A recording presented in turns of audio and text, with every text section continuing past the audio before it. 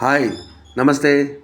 CH Kishore అనే ఒక X Hindu Christian ఒక ఛాలెంజ్ వేశాడు. శ్రీకృష్ణుడు అస్కలిత బ్రహ్మచారి కాదు, నేను నిరూపిస్తా అని ఛాలెంజ్ చేశాడు. దీన్ని సదానంద గౌడ అనే ఒక హిందూ ఛాలెంజ్గా తీసుకొని శ్రీకృష్ణుడు అస్కలిత బ్రహ్మచారి కాదు అని నిరూపిస్తే ₹1,00,00,000 ఇస్తానని ఛాలెంజ్ విసిరాడు. ఈ విషయాన్ని ఒక క్రిస్టియన్ సదానంద గౌడ్కి ఫోన్ చేసి నేను నిరూపిస్తా అని ఏదేదో మాట్లాడి నేనే గెలిచాను అని ₹1,00,00,000 ఇవ్వాలని అడిగాడు. ఈ విషయం నాకు తెలిసి ఆ క్రిస్టియన్ని నేను కాల్ చేసి అడిగాను. ఆ క్రిస్టియన్కి హిందూ అంటే ఎవరు అని తెలియని మూర్ఖుడు. రాజ్యాంగమే చెబుతుంది హిందూ, క్రిస్టియన్, ముస్లిం అని. ఈ విషయం తెలియని మూర్ఖుడు. వినండి కాల్ రికార్డు. హలో హలో నా నీలకంఠ. అవును ఫోన్ చేసినావు ఎవరు? అవును. మీ పేరు?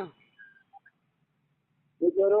నా పేరు నీలకంఠ. నన్ను ఐజా పక్కన ఉంటాను. కర్ణాటక బార్డర్ మాది. అదే మీరు మొన్న ఈయనకి ఈ సదానంద గారికి ఫోన్ చేశారంట కదా. మీ పేరేం సార్? నా పేరు రంగప్ప. రంగప్ప? క్రిస్టియన్సా, హిందూనా?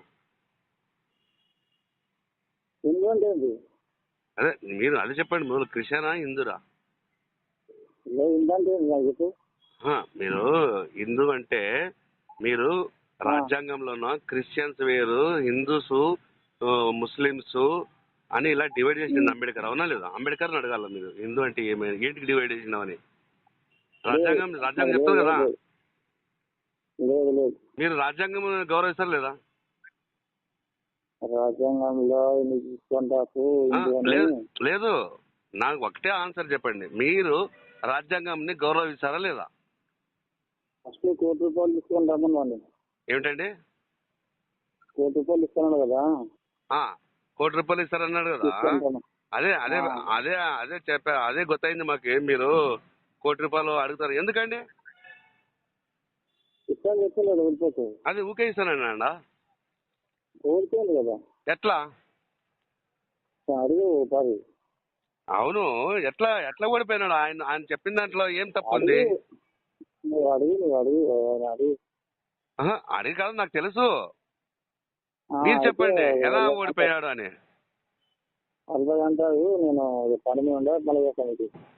లేదు, మాట్లాడండి కొంచెం, నేను చెప్తాను మీకు. అదే ఎక్స్ప్లెయిన్ ఇస్తాను నేను.